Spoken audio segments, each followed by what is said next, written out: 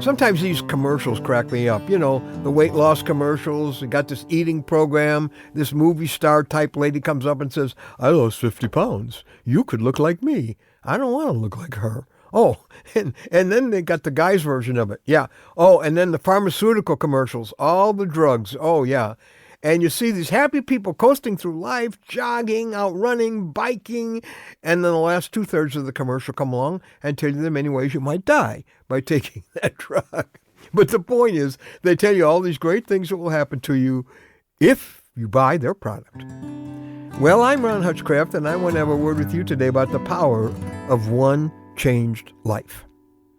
Look, let's face it. Advertisers know how to sell a product. Diet plan, exercise equipment, medication. Have someone who's living proof of their product's effectiveness tell their story. You know, for 2,000 years, that's what has motivated people to pursue the most important thing in life. A personal relationship with Jesus Christ is what will interest the people you know in Jesus if you tell them your story. Some call it their testimony. I call it your personal hope story, the story only you can tell, the story of what Jesus Christ has done in your life.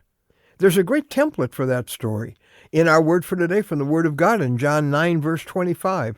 Jesus has healed a man who had been blind from birth.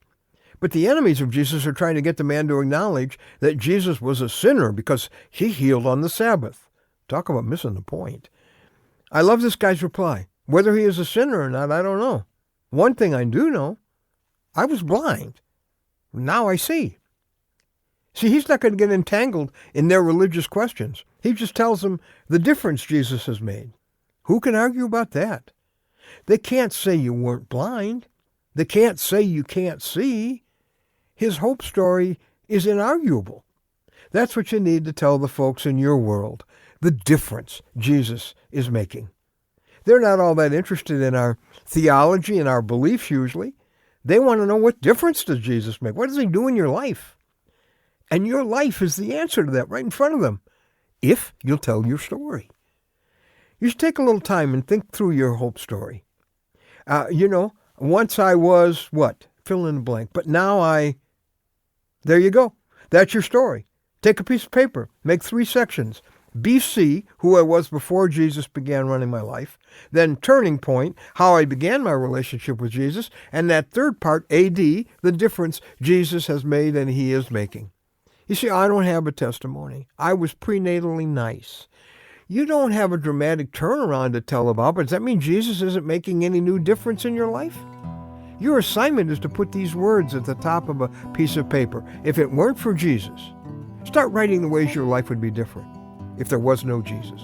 How you handle your lonely times, hurting times, stressful times. How would you be different as a single person, a married person, a parent, a boss, a friend, if there were no Jesus? People just don't want to know about how you got started with Jesus. They want to know what difference he makes in your everyday life. You've got many testimonies describing the difference Jesus makes in the parts of your life that might matter to the person you're with.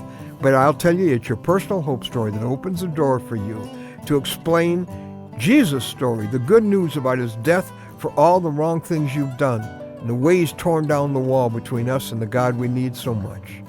Your story, his story, could change their story forever. You got a story that's all yours. It's ultimately not a story about you. It's about the man who's making your life what it could never have been without him. It's a story that could help someone you know be in heaven with you forever.